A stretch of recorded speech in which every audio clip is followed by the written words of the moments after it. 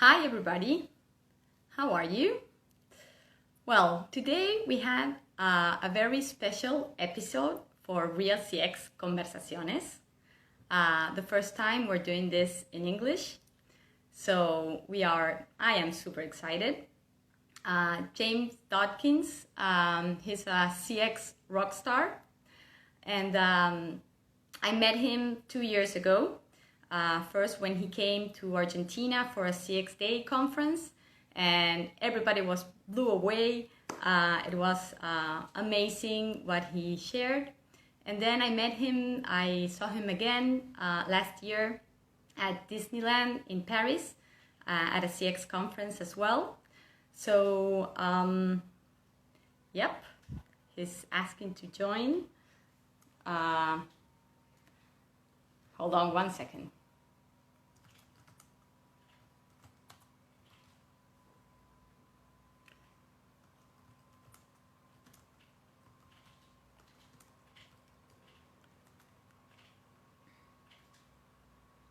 Okay, he's trying to join. Hold on a second.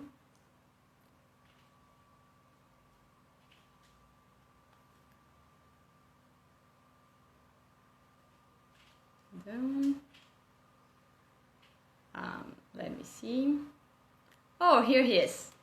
I see him now. So now he's going to join in 2 minutes.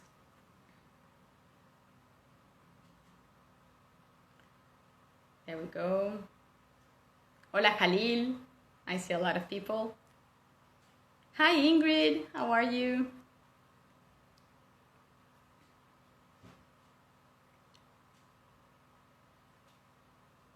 Okay. Hola, Halo. I'm waiting for him. I see that he's in, but he has to request to join.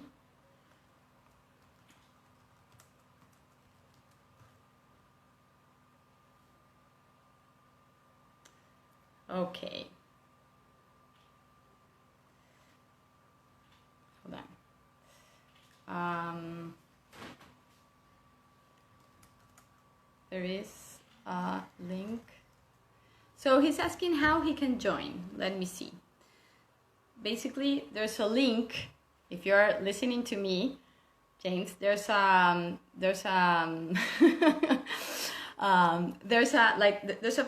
in Spanish at least, it's like you want to join and you have to request to join, and I will accept you. Basically, that's how it works. So because I'm hosting the live, I don't know, I don't see that bottom, but when you are in a live meeting, there's supposed to be a place where you can request to join. I am. Okay.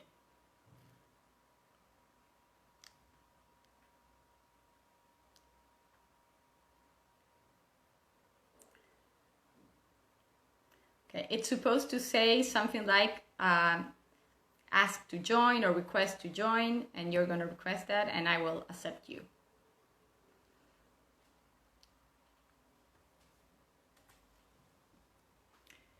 Yeah, I follow the link in the invite to the Google Meets. No, it's in the live. It's here right now.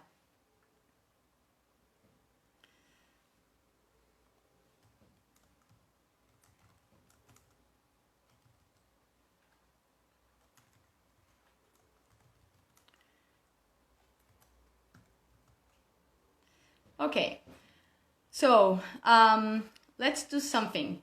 I will end the live meeting. I will talk to James.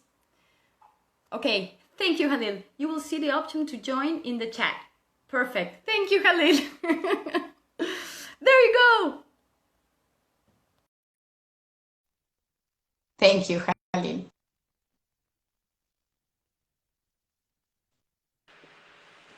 So, interestingly, Yeah! I was trying to do it through my desktop. I didn't know that Instagram decided no, people with real computers can't join these things. And then I realized I can do it on my phone. So here we are. That was difficult. Well, but I think it's quite a good way to start, right?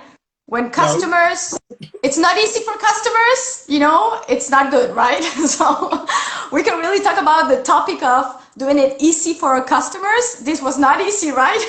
Correct. So here we are. I'm so happy. I'm so glad to have you in RealCX Conversaciones. So thank you very much, James. There's a lot of people here with us joining the live interview. So first of all, welcome. It's a pleasure to have you here. Thank you for having me. And the first thing I always ask my guests is if you can tell us a little bit about your career, yourself, and how is that a rock star? It's also a CX rockstar, I'm sure they asked you 1,000 times the same question, but so we get to know you a little bit better. Yeah, sure. So I used to be an actual real life legitimate award-winning rock star. So I played guitar in a heavy metal band. We toured the world. We released albums. We had a video on TV. We were in magazines. Then that stopped, and that's a different story. But after I was an international rock god, I did the next logical thing. I took the next logical step in my progression and joined an insurance company. Yeah, exactly. Super logical. Exactly. Yeah. So I worked my way up through the ranks there. I was convinced I was going to be CEO one day, and then I got made redundant. So lost my job. And I was like, oh, what am I going to do now? And when I was at this company, we had loads of really expensive, crappy consultants come through. So I was like, I could be a really expensive, crappy consultant. So I did that. Became a really expensive, crappy consultant. But I got lucky. I got to work with loads of really cool companies. I worked with people like Disney, Adobe, American Express, Lego, people like Vistaprint. I've worked with people like Iceland Air, airlines all over the world, banks all over the world, even people like Nike.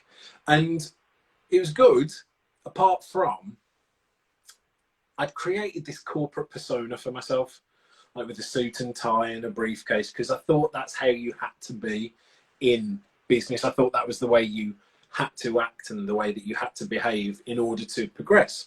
And the problem was it worked, it did well, but I spent the majority of my time trying really, really hard not to be me, trying to suppress who I was, trying to not be so over the top, trying to not be so loud. And it was making me miserable. And then I heard a quote from Jerry Garcia from Grateful Dead. And the quote is, don't be the best in the world at what you do. Be the only person in the world that does what you do. His music career that I never told anyone about. Because the thing is, if somebody comes into your work and tells you, oh, I had this music career, there's prejudgments, there's preconceived notions. And the problem is they're all correct. So I didn't want anyone to have those. And so I got this cool music career. And then I've got this love of customer experience that I've found. And a love of teaching people about customer experience. And a love of helping people think about customer experience in a different way. I was like, why can't I put those things together? Why can't I talk to people about customer experience through the lens of music? Why can't I help companies deliver rockstar customer experience? And that's when the Customer Experience Rockstar was born. Amazing. Brilliant. I remember perfectly well when I was at Disney and I was listening to you at your conference, and I wrote down that quote that you told it that time. I don't know if you mentioned it at the CX Day in Buenos Aires, but I remember perfectly well that you did it at Disney, and I wrote it down, and it really made so much sense to me, how important is, basically it's a little bit of Simon Sinek's Find Your Why, right? Like being genuine to yourself and true to yourself, and that's where, you're the only CX rockstar in the world. Absolutely. Which means I'm technically the best one, because I'm the only one. Also technically the worst one as well. No, but we don't talk about that. We don't talk about that. No, that's what I tell my kids all the time. I'm the best mom that you have. I'm the absolutely best. I'm also the worst, but that's okay. Some days I'm the worst as well, but I try to talk about the best one. It's better, like positive thinking. Yeah. So That's amazing. And I remember going over your LinkedIn profile a couple of days ago, and well, really a couple of months ago, and your hashtag, not a consultant, it's also, so genuine, and you told about it, you were a crappy, expensive consultant or whatever, but what does it mean, hashtag not a consultant to you, in what you do today? What does it mean for you? I don't know. I don't really. Well, I'm not very good at consultancy. I don't particularly enjoy it, so I stopped doing it. Why not? Why not? What is it that you don't like about it? Too much politics, and I'm not patient enough. I like if there's a good idea to be had and to be implemented, just do it. I don't have the patience or the temperament for it. So yeah, and to be fair, another thing, it was a business decision. So when I wanted my keynote speaking side of the business to take up the majority of what I did, it's actually quite hard to get paid speaking gigs when you are a consultant, because they say, yeah, but you're a consultant. If you get 1 gig off of this, that will pay for itself. So we're not going to pay you. Hashtag exposure. And so I was like, you know what? I'm not a consultant anymore, so you can't say that to me. So you have to pay me to talk. Thank you. But yeah, and the thing is, there is a new breed of consultant coming through that I love, and they're the solopreneur, 1 person, 2 people in an organization that are fighting back against the big guys, the big consultancies out there. I don't know, that they're not helping a lot of companies. What they do is they come in, they give rehashed old stuff with a new name. They tell you what you already know, charge you an absolute fortune for it, put procedures in place to make it so that your company cannot do a single other thing without feeling they have to talk to that. Exactly. I don't want any part of it. Yeah, exactly. They create a dependence on them. That's their job. Like, most of their bonus is based on winning more business, not about helping the customer. I hate it. Don't want to be involved in that at all. So I'm out, completely just gone. I feel so related to what you're saying. I mean, in my organization, I'm just me. I have help, of course, but it's called RealCX, and it's about how you make it real. And my absolute joy and my purpose is to see how the people in the organization, they develop these skills, and they are absolutely not dependent on me, that they can do it on their own and on their own way. So in that line, I wanted to focusing on training more than consultancy. Absolutely. People to be able to do it for themselves. And I love doing that. I love the training. I love taking loads of disparate ideas, loads of complex models, and distilling them down into simple, replicable ways of improving customer experience, and giving people the tools so that they can go and do it for themselves. It's so we share a love of that. Absolutely, and it makes me feel so good. I think the other day I was listening to Simon Sinek again, and he was talking about oxytocin, oxytocin. How do you say it in English? That feeling that well, is that it's a hormone? I think that it's a hormone of happiness. Oxytocin. Thank you. In Spanish, it's oxytocin. I'm sorry, but oxytocin, and well, that's what similar. You just put an A on the end. Oxytocin.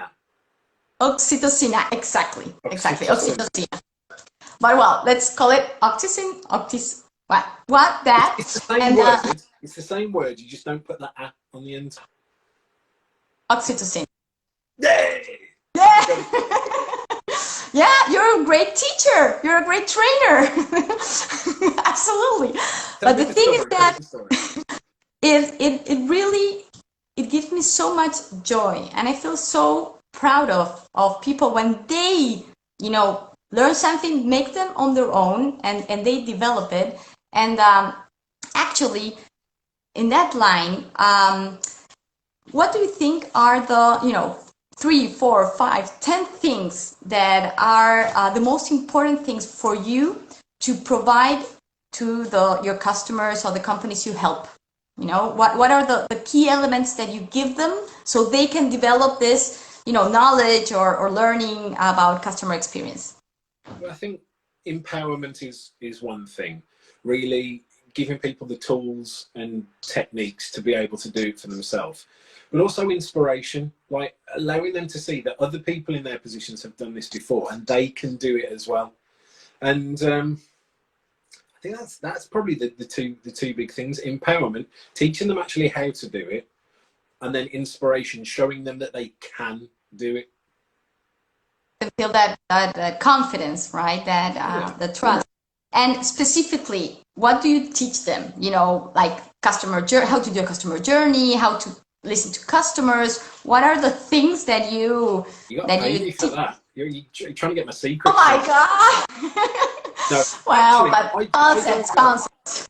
I don't go very deep into customer journey mapping because there's a billion different ways you can do customer journey mapping. Absolutely. I don't really know which one the best way is. I think it depends on your circumstance and your environment, your organization, the people you're working with, what it is you're trying to achieve from the journey mapping, your customers. There's so many different variables that go into journey mapping that there are some people out there that are literal experts in journey mapping. If you want to know about journey mapping, talk to those people. They're the best people to do.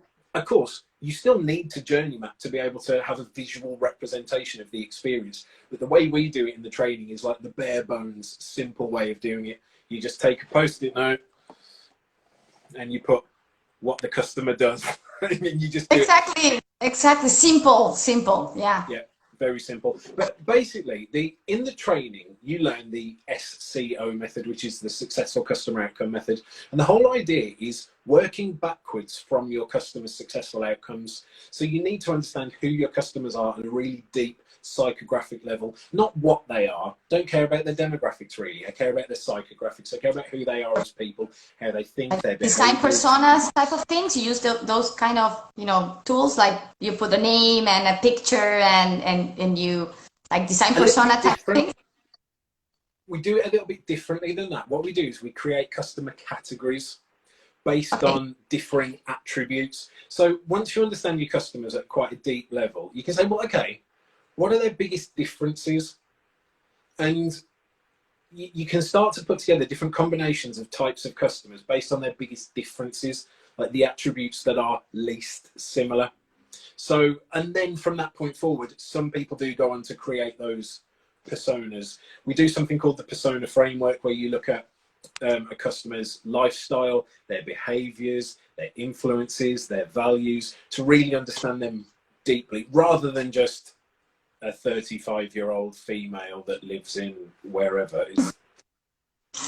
That's useless to me. It's so easy to put a group of people together that have got the same demographics and have them be completely different. Absolutely. It's really difficult to put a group of people together that have the same psychographics and not have them be very, very similar.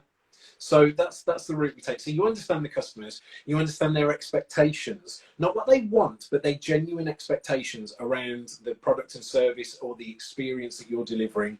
Then you understand what is their successful customer outcome.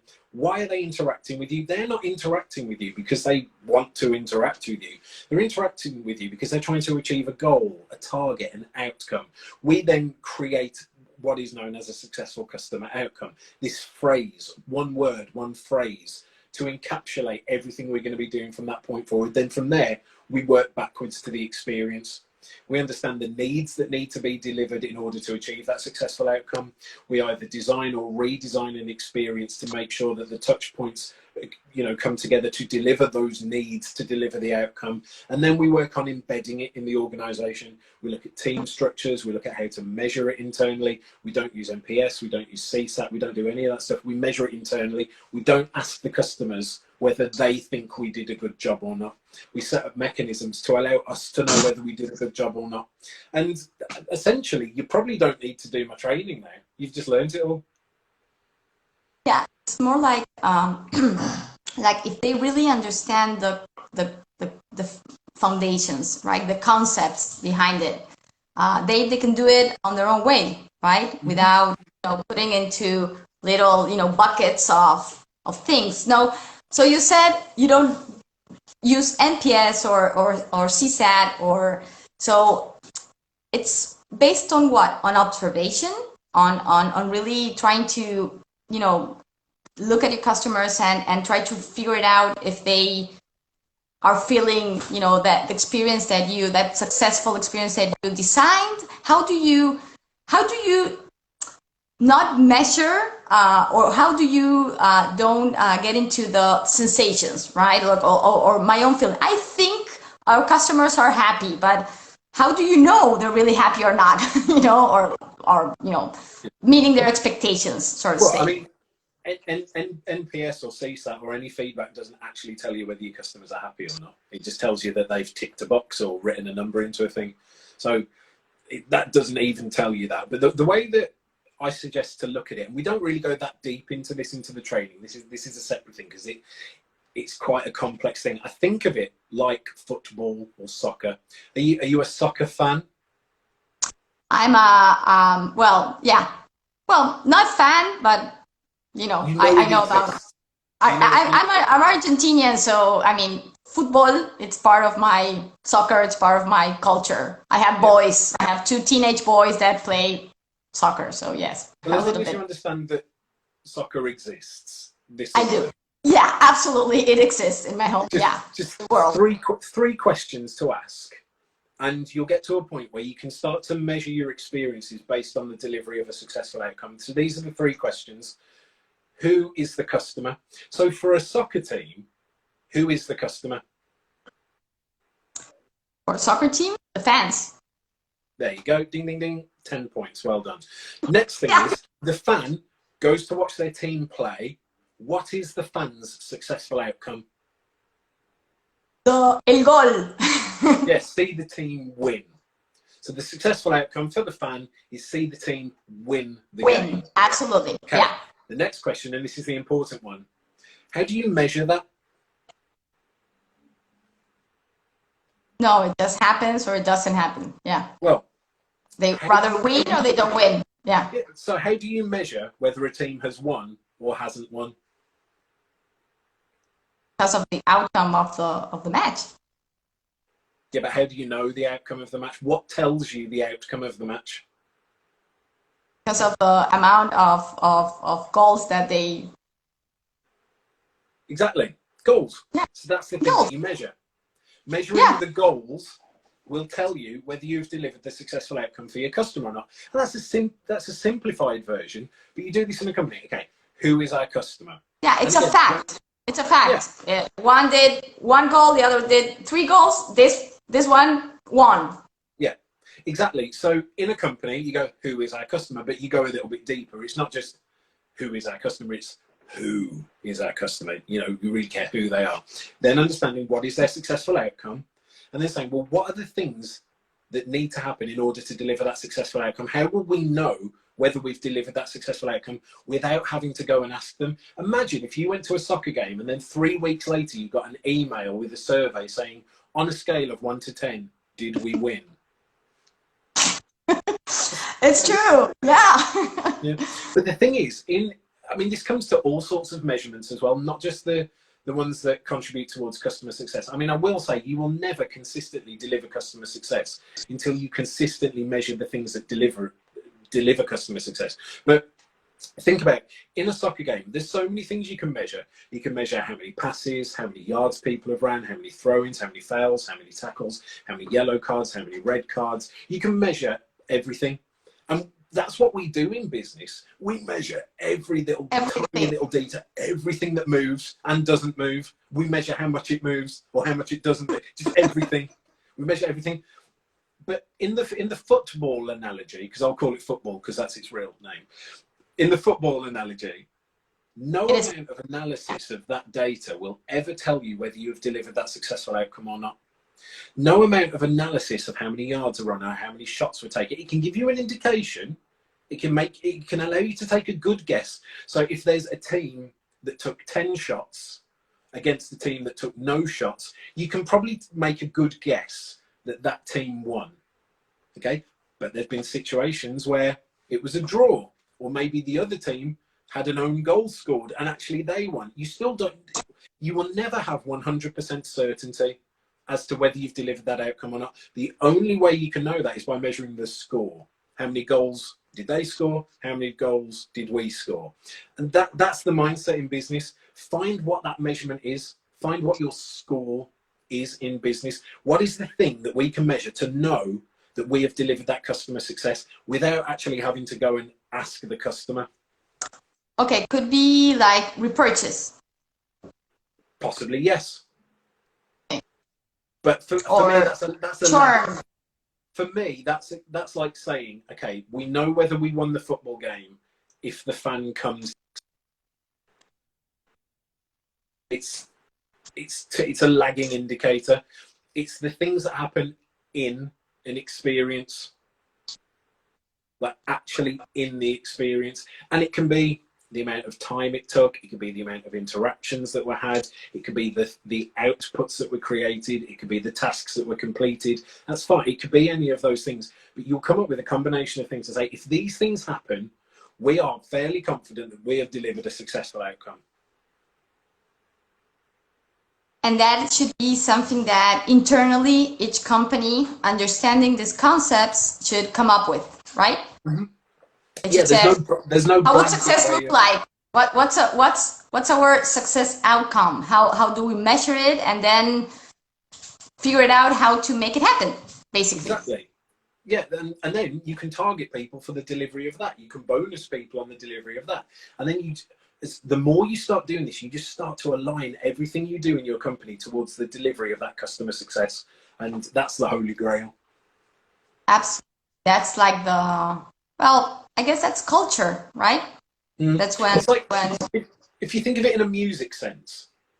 So you might say, how do you know if you've put on a good gig? And people will say, well, merchandise sales at the end. Well, okay, mm-hmm. Yeah, but it's a lagging indicator. That's at the end. In the actual gig itself, in the moment, how do you know if you're doing well? I'm back. I don't know, people. My thing. Yeah, the crowd noise, that instant feedback, and the thing is, the great thing about that is because it's instant, because it's in the moment, because you're not waiting afterwards. If you're not playing very well, you get that instant feedback. The crowd is not as loud as they should be, and you can start to correct things in the experience. You can start to do something a little bit different, maybe put in a little bit more effort, maybe go and crowd surf, maybe go climb on a thing and play a cool solo. You can absolutely. Exactly. Whereas the other way, you just play your gig, you pay no attention to the crowd, and then at the end you go, how many t-shirts did we sell? And they say, none. And you go, oh no, we did a bad gig. Maybe we should do better next time. Okay, fine. But it doesn't solve the fact that you played a bad gig then. It's too late. That crowd have already had that bad experience. They won't come back, probably. Exactly. You won't get the next time. You won't get the next chance. And that's the point. You get it. You've got it. No, but it's brilliant and so original and so desintoxicado. It's in Spanish, and it's a very clear way of looking at the whole thing that you have. You know, it's like maybe it's because you are a rock star, and it's not because you didn't study all the way through. You just get it, and you have a very genuine way of looking at it, and I think that must be very effective for the people that you train, right? For some people, yeah. For others, no. People that have got the old mindset, it can be difficult for them because it's different to what they were taught. It's different for what they've been told.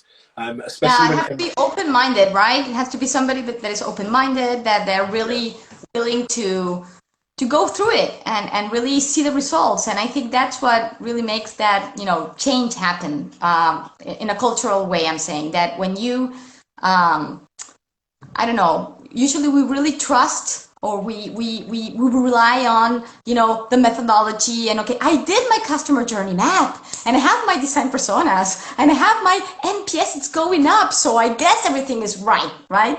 It's just something that you rely on that structure. What you are proposing, it's something much more experiential. I don't know, it's something that you have to go through it, and I think the key indicator is that you really know how to measure your success metric, and because if it's going up, that success metric, it's good, that means that you're doing it right, and if it's not, something is wrong, you know, if you got it right, if you really know what to look at. I think that could be something challenging, right? Isn't it? Yeah, definitely. And the thing is, I get it, a lot of people fall back on the whole NPS thing because it's easy. You send out a survey, you get a score back, you go, okay, you do some things, you send out another survey, you get a score back, did it go up, did it go down? It's easy to do. My proposed way is a little bit more difficult because there isn't one answer. You've got to discover your own answer. So when you say, give an example, no, because it's down to you to go and... The problem is, if I start to give examples of companies that have done this, people will just go, oh, well, I'll just do that then. And I really don't want to fall into that trap because literally every company is going to be different because every company has different customers, different outcomes, different products, different services. So it's, yeah, I agree. Yeah, I guess it's, let's say for, I don't know, call center interaction, right? That you have the agent on the phone with a customer. It's that moment, it's unique, you know, and it's between just the two of them, right? And what I try to do with NPS, it's like have a really good connection between, I always use NPS, you know, so far I haven't, you know, find another way to really try to capture that. But what I don't care about the number. I don't care about it's 70, it's 60, because that's all, you know, doesn't make any sense. Oh, 70, that's good. Not really. I had 90 last week, so 70, it's horrible. Or I was in 50, so something went better.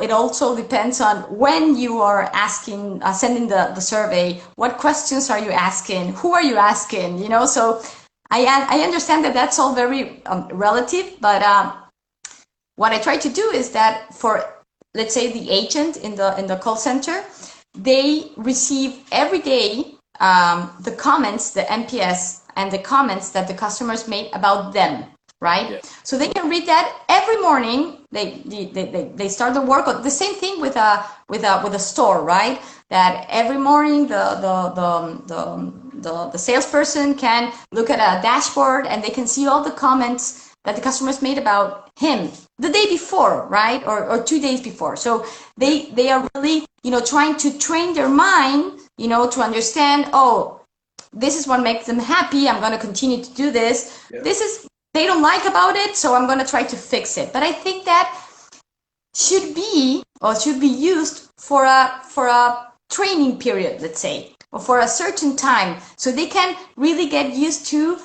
being sensitive and conscious about how their actions impact and how customers feel, right? Yeah. And at some point, they shouldn't need to ask the customer, how likely are you to recommend, or was the agent helpful, or the result was, or the issue was resolved as you expected. Those kind of things that I try to ask customers, so I can, you know, really try to, hey, see, we were trying to be very, give them a very fast resolution, you know, but it didn't feel, felt fast for them, or not really feel fast for them. So I try to use it as a training so that people in the first line employees can really have that connection with what customers are feeling and really try to train their mind. But at some point, if they're mature enough, they shouldn't need that. They should be in the conversation, in that moment, in that interaction. They should be, you know, sensitive and saying, hey, this customer is really frustrated. I'm not being clear enough. I should slow down. Whatever, you know. Don't you think? Don't you agree? Or yeah. So I mean, there's a few things there. I mean, the NPS number that you spoke about at the start, it doesn't make sense anyway, because let's say every single one of your customers in a year gave you a 6. Okay, every single one gave you a 6. Detractors, all detractors. Yeah. And then the next year, every single one of your customers gave you a 7. Your NPS score would be the same.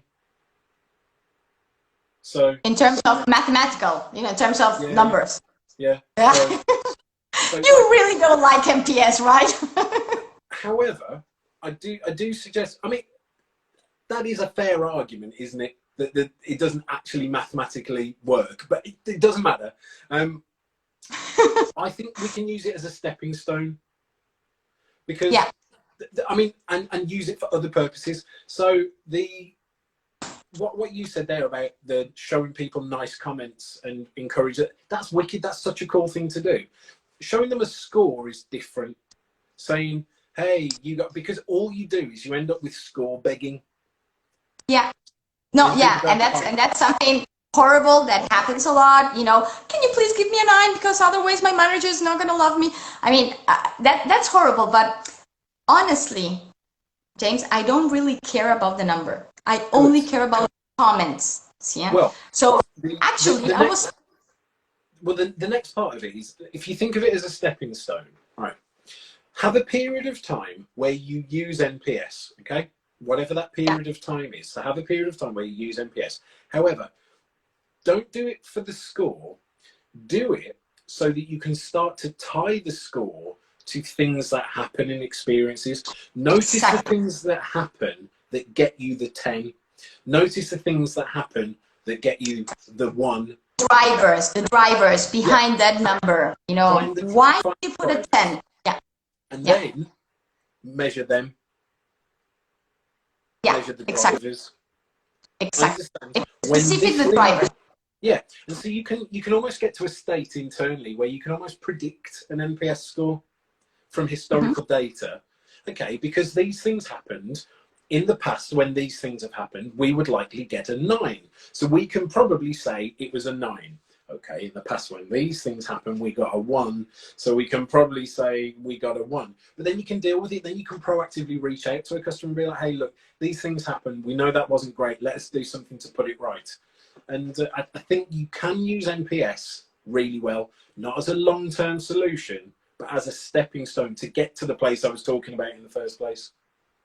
Absolutely. I mean, you were mentioning closed loop, right? To close the loop and to contact. That's something that for me is one of the most powerful things that NPS. And honestly, it's like asking your customers. Forget about NPS, you know, because what you said about the numbers, maybe it's true. I'm not a very, I'm not so good at numbers. But what I'm saying is that the only thing I care about is the comments.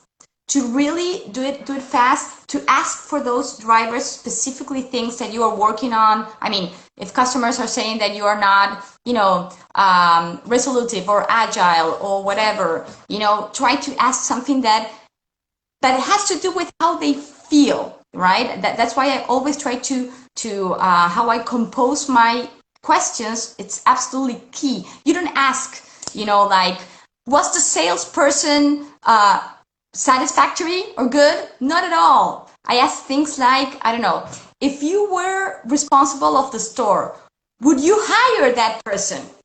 Would you hire that? I love questions like that.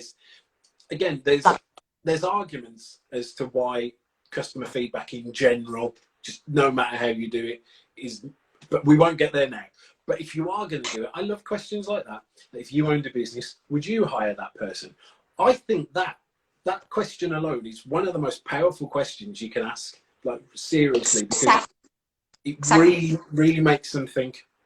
Because it's like the absolutely end line, the end game, at the end of the story. I don't care if he was helpful, knowledgeable. I mean, all of that, because that's something that it's up to your interpretation, right? Yeah, for me, he was very helpful. No, for me, he wasn't helpful. So those things that you ask that can be different from each person, I try to avoid. So what I really try to ask is something at the end of the day. Your expectation was met? Something like that. Or was this resolved as you expected? Everybody has a different expectations, but customer experience is about perception, right? It's about what you expected would happen versus what actually happened. That gap it's the expectation. It's the perception, how you feel. So then you have to understand what was that he expected. But this is like the end game, the end line. Okay, did did we met your expectations? Yes or no? Then you have to try to figure out if they say no, you know, why not? Try to understand that. You should know that. But it's true. I mean, a lot of people, they feel like safe, or they feel like they are really doing a good job because they ask customers feedback in an NPS or whatever. And most of the companies don't do anything about that information. So it's just, and you know, something that it's a waste of time for me. But well, you are like one step ahead, and you are really, you know, there's a company in Europe that's called Zara, of, you know, the clothes, Zara with Z. Yeah. Well, I love it. And I was talking to an executive that used to work in Zara Spain. It's from Spain, the company. And she said that they don't do any measurement at all. They don't measure anything with the customers. What they do is that they train the store managers to be very good at observing and understanding what's going on, specifically when they launch a new season. I don't know how to call it, the new temporada. I don't know how to, the new clothes, like the spring. Yeah. Exactly. Well, and the store managers they have to walk and they have to observe and look how customers are interacting with the new clothes, like what are they asking the salesperson about? You know, when they try it on, what do they say to their friend? Let's say, I don't like it. Oh, it's great. This is from Sara also, this too. But it's great. I love it. I like it. Blah blah. Don't you have it in any other colors? Oh, okay. Thank you. Bye. You know, and they capture the experience, and they are trained to be able to convey all that information and put it down and report back to the designers how customers are reacting to the new season, to the new clothes. I think that's brilliant, isn't it? Yeah, really cool. Zara's a wicked company. Like, so cool. There's so many things that they do that are just next level, and that is one of them. I didn't know that, and now I do. You see my phone fall over. That's amazing. So, well, James, we are on time. I would keep on talking to you a lot more, but I want to respect the time. I just have one question. I always ask my guests this question. If you would have to define yourself, or you know, think about 3 things or 3 concepts that really represent you, what would those be? Do you want it in like 3 words? Or 3 things, concepts, or whatever, or 2, or 1, or 5, I don't know. Like, one of them's going to be Rockstar. The other absolutely. 2 are probably customer experience. So, but yeah, I think a lot of it is about impact. A lot of it is about fun. And yeah, I think the last one is Rockstar. Anyone out there can be a rock star, no matter what they do, no matter what your job is. You can be an accounting rock star. You could be a baking rock star. Anyone has got an inner rock star, and they should let it out. I love that. I love that, and I think it's so true. And I think that having that impact, empowering them, you know, making them be able to do the things for themselves, and you can feel a rock star. I mean, it's an amazing way of living, right? Doing your everyday work. So, James, it has been an absolute pleasure. Thank you so much. You are brilliant. So thank you so much for sharing all of this with us here in Latin America. You are brilliant too. Thank you so much for inviting me. Thank you for doing this. Thanks to everyone that's tuned in. I hope you had a good time. I hope you took away a lot of value. Sure they did. Sure they did. Well, bye-bye. Ciao, ciao.